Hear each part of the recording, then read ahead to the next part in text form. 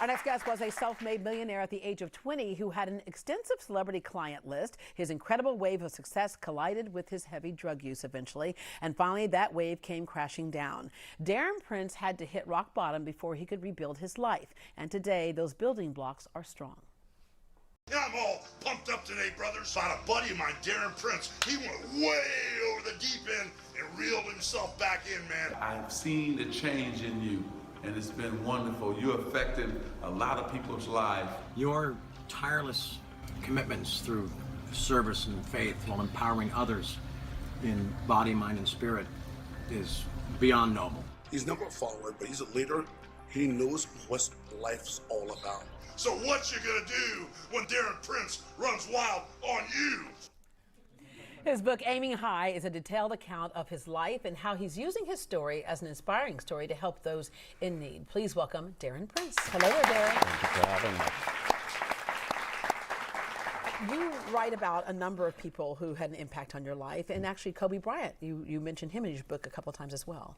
Kobe, I met back in 1997. I booked an autograph signing for him, and he was a sweetheart. First off, condolences to him and his family for this horrendous tragedy. And it was during my using years. But I remember how cool he was. I saw him about a month later at the Mondrian in LA, and he was on the phone with one of his boys. I think I rudely interrupted because I was so excited to see him, and the drugs actually gave me superpowers to be so social, and got right off the phone with his boy, and he's like, "Hold on, man, my boy's here. Give me 2 minutes. I'll call you right back." And for 10 minutes, we're just sitting there and talking. All right, we heard the Tate brothers mention how their parents wanted to keep these active boys busy, you know, kind of the ADHD type of thing. You understand what that label is like, but for you, things weren't as positive. No, not at all. I grew up with self-esteem issues. I never felt a part of. I've always felt different. Labeled with a learning disability? Learning disability was the big label that really broke me. I was in small classrooms. It was definitely ADD, but I don't think they knew it back then, 30 plus years ago. Yeah, and that when you have that low self-esteem, that opens the door to some other things. The minute I experimented with opiates at 14, it gave me everything I needed, everything I ever wanted in life. Yeah. What happened at 14 I was at years old? sleepaway camp, and I had stomach pains, and the nurse gave me liquid Demerol. I didn't even know what it was.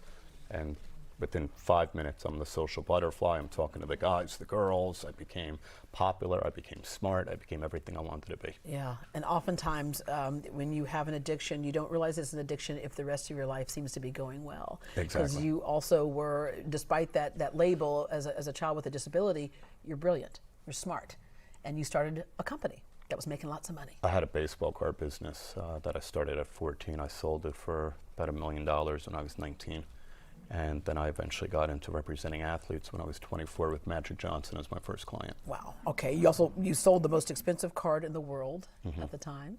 I was just telling the story the other day. I sold it for $150,000 at 19. I think it's worth about $3 million now. Wow. Okay. Circle back around to that, right? Okay. Yeah. Okay. So you start representing all these athletes, and at the same time, were you still using? Absolutely. Yeah, like I said, it gave me the superpowers. Magic was my first client, told me to use his name to sign all the celebrities I can, and it was Chevy Chase, Smoking Joe Frazier, Muhammad Ali, Pamela Anderson, Dennis Rodman, a slew of some of the biggest icons followed. Because, again, I was able to talk, I was able to put myself in certain rooms, environments, leveraging Magic's fame to give me access. Yeah. And, at what point did you realize I have a problem? I had an overdose in 2007. I was with Dennis Rodman at the NBA All-Star game weekend, and he's not a drug user. People don't but you're realize hanging that. in an atmosphere where we know a lot of that goes on as well, so it's almost excused in some cases. Exactly. Dennis has struggled with alcohol, obviously, openly, but he knew I had a problem. And when I woke up the next day, I took the necessary steps to call a doctor when I got back. And by the grace of God, July 2nd, it took about another year. In 2008, I was given the gift of recovery, and I jumped right into this 12-step spiritual fellowship that has just completely changed every aspect of my life. Wow. All right, you say July 2nd, your birthday, right? Yes, that's I turn 50 next week on February 6th, but... Yeah, but in the recovery world... My real birthday, because I wouldn't be here without July 2nd, 2008, so... Wow. All right, what was the thing that made it possible for you to continue in your recovery? Because as we know, for so many people, especially with opioids, it is a struggle, and they may fall off the wagon again and again and again before finally getting sober. It's a support system. I have my spiritual brothers and sisters that we get through everything in life, no matter what it is, good or bad. Staying sober, Banyan Treatment Center I'm a rep for. I have my own toll-free call center, 8886-DARREN, where people can actually call and get free treatment if they need it. And the biggest thing to me is speaking engagements. I probably did about 60 of them last year. And there's such a magic that happens in the room, and I'm able to give this God-given gift away to people. And my girlfriend Sarah's in the back over there, and she's been to so many of them. And it's unexplainable what happens, that some God-given words that are in my mouth that day, and somebody needs that message, and the magic comes on in their eyes, and they get the courage to come to me afterwards and say, I'm struggling, can you help me? Yeah. That's what keeps me sober. In this book, anybody can read this book and be encouraged in this book, but what is the message that you want to bring through writing this, and how therapeutic was that for you to write? It was incredibly therapeutic. That addiction doesn't care if you're from Yale or jail or Park Avenue or Park Bench. It does not discriminate, and it'll take you 6 feet under no matter who you are.